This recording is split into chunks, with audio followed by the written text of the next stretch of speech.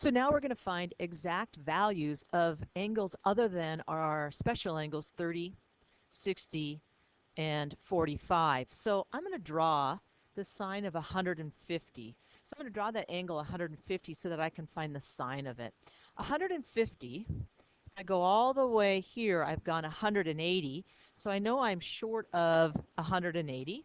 So I'm drawing my triangle, and I know that this angle is 30. So 150 is 30 off of 180. So now, because of what I used above with my 30, 60, 90, I'm going to label these sides. This side was cut in half. This was my hypotenuse, and I used Pythagorean to find the square root of 3. So if I go ahead and find the sine of that angle, let's see, sine is SOHCAHTOA, side opposite, over hypotenuse. One thing I have to recognize here is this square root of 3 is negative because I went to the left on the x-axis. So since sine is y, and I'm looking at my y value in quadrant 2, it looks to be positive. That's why the 1/2 is positive. Let's try this on 330 degrees. So if I go all the way around the circle, I've gone 360. I want 330, so I back up 30. I'm going to make a triangle. I know the hypotenuse, which is opposite the right, is 2. I know opposite of the 30, I had to split that angle 60 in half, so it's half of 2. And using Pythagorean, that's the square root of 3. So I'm really looking at a 30-degree angle. So I'm going to say I've got the cosine of 30 degrees using my triangle, SOHCAHTOA. I'm using this component of SOHCAHTOA. Side adjacent to the square root of 3, side adjacent to 30 is the square root of 3, and it looks like the hypotenuse is 2. Now, why is this answer going to be positive or negative? The square root of 3 is positive because I went to my right. So if I also think about this as a coordinate, remember, cosine is my x-coordinate and sine is my y-coordinate. That being said, in this quadrant 4, I have to always go to the right, so it's positive. So let's go back to our quadrants up here. Let's label them as 1. And remember, this is because the sun rises in the west. We call that, sun rises in the east, so we call that quadrant 1. It looks like both x and y are positive, so I'm going to say this is my all positive quadrant. In quadrant 2, we usually do it with Roman numerals. Quadrant 2, who was positive?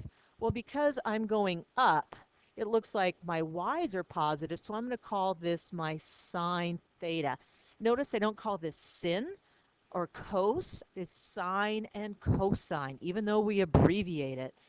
In quadrant 3, it looks like I'm going both negative in x and negative in y, so we're not going to label it. Nothing, x or y, is positive in that quadrant. And in quadrant, that was quadrant 3, and in quadrant 4, if I go ahead and take a look, it looks like I had to go to the right, and that is x, and x is positive, so that means this is going to be my cosine. So if my angle lands in that quadrant and I'm finding the sine or cosine, I can tell if it's positive or negative, because we're going to stop drawing on this grid here in just a minute after we do one more example. The sine of 225. 225 is in this region. This is 45.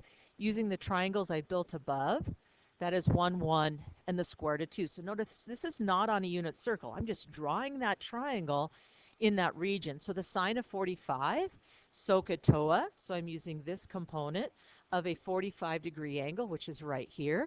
45 is side opposite over the hypotenuse. Now I have to ask myself, is it positive or negative? Cosine is y. In this quadrant, to get me down to this location, my y value is negative. But again, if I remember my quadrants up above, this was my all quadrant, meaning everything is positive. This is my sine, meaning sine is positive. And this is my cosine, meaning cosine is positive. So it all is determined from the quadrant you land in. Now, I'm going to stop drawing that. I am going to say, okay, I kind of get this triangle idea. So I'm going to look at this as, let's see, 240 is in this quadrant. My reference angle that we learned earlier is the cosine of 60. I'm going to look at my 60-degree triangle, and I'm going to do the cosine.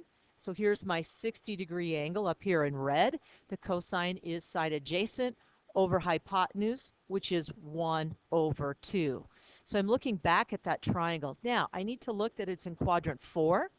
So that's some other piece that's going to be important here. So if it's in quadrant 4, the answer to this is negative 1/2. So let's try that again.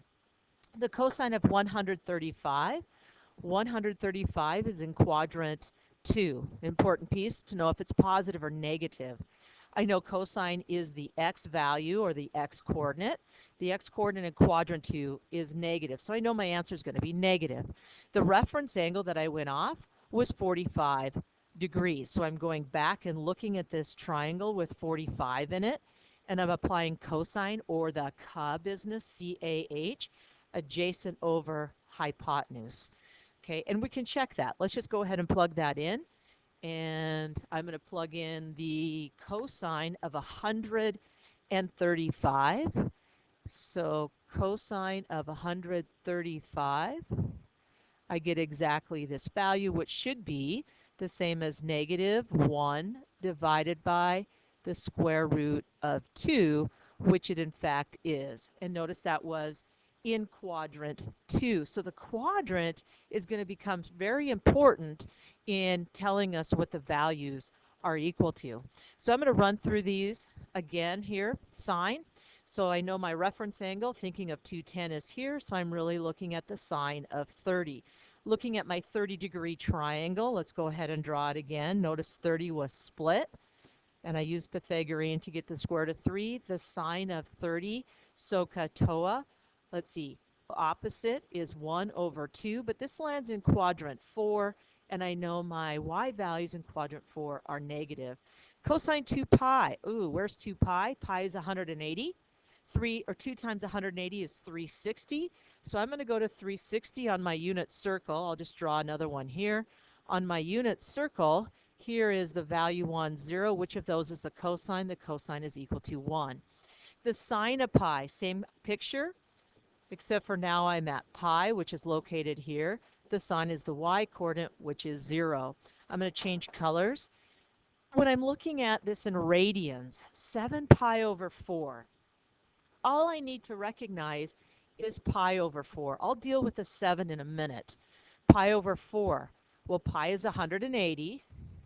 When I'm talking radians, remember we had that equivalently, stated that 3.14 radians was equal to 180 degrees. When I divide, I get 45 degrees. So this really just turns into the sine of 45 degrees, which I'm looking at my 45-degree triangle, and I get the side opposite over the hypotenuse. Now, the only thing I need to know right now is it positive or negative. 7/4 of a pi. Well, this is 8 pi over 4. I'm 7 of those. I'm in quadrant 4. And cosine is x, sine is y. I went down. So my answer to this is a negative 1 over the square root of 2. Next problem, reference angle. Still again, I forget that 2 for a minute. I'm looking at this relationship and I see that 60. Remember, it's either going to be 30, 60, or 45. So this is a 60 degree, so I'm going back to this triangle. Notice I split the 30, so that split the sine. And if I'm doing the cosine of 60, cosine CAH, so it's a side adjacent to 60, which is 1, over the hypotenuse, which is 2, and 2 pi over 3. So I'm going back to my unit circle and thinking, well, this is 3 pi over 3. I want 2 pi over 3. It's in quadrant 2. Cosine is x. To go to the left to get in quadrant 2, it was a negative direction. Next problem, again, just forget about the 7. We'll deal with that in a minute. Pi over 6. It's either 30, 60, or 45. Those are the only ones I'll give you. Those are the special triangles. So in this case, I'm dealing with a 30. So I'm going to go back and look at my 30 degree. I'm going to do my SOHCAHTOA on it. So I'm going to use this acronym. So at 30 degrees, side opposite is 1. Hypotenuse is 2. 7 pi over 6. Well, this is 6 pi over 6. 7 pi over 6 is in quadrant 3. X is y. To get to quadrant 3, y had to go down, so my answer is negative. Cosine 11 pi over 6, forget about the 11. Pi over 6 is equivalent to 30 degrees. I'm using this relationship the ka part of my SOHCAHTOA. So I'm going to 30 degrees. Side adjacent is a square root of 3. The hypotenuse is 2. So where am I getting that? I'm going back to this triangle every single time. So usually if I draw it once, I can refer to it many times. Now, 11, 6. Well, I need to be in the common denominator of a 6. So this is 12 pi over 6. 11 is 1 short. Cosine is x. To get that direction, I went a positive. I don't need to show that positive, but I put that on there just so you could see that I thought about where I would be at. Okay, the last three have negative. Well, back in the beginning, a negative direction moved us down here. Pi over 4 is 45 degrees. So again, I'm looking for the cosine of 45 using my triangle of a 45, 45, 90, and using the CAH, adjacent over hypotenuse. So that's the answer to this, 1 over the square root of 2, except if I'm cosine, this angle, because I went downward, landed me in quadrant 4. Cosine is x. To get over to quadrant 4, I had to go a positive distance. Again, you don't need to show that positive.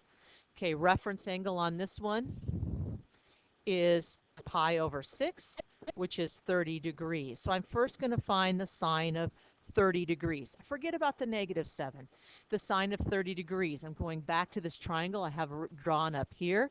The sine of 30 is opposite over hypotenuse. So the answer to this is 1/2. Now, this negative doesn't mean your answer is negative.